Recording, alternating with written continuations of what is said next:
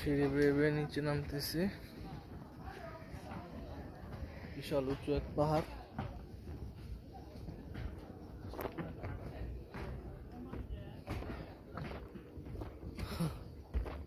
সবার অবস্থা খুব খারাপ হয়ে যাইতেছে ওঠার সময়। নামতে তত একটা কষ্ট হয় না অবশ্য, অনেক উঁচু পাহাড়।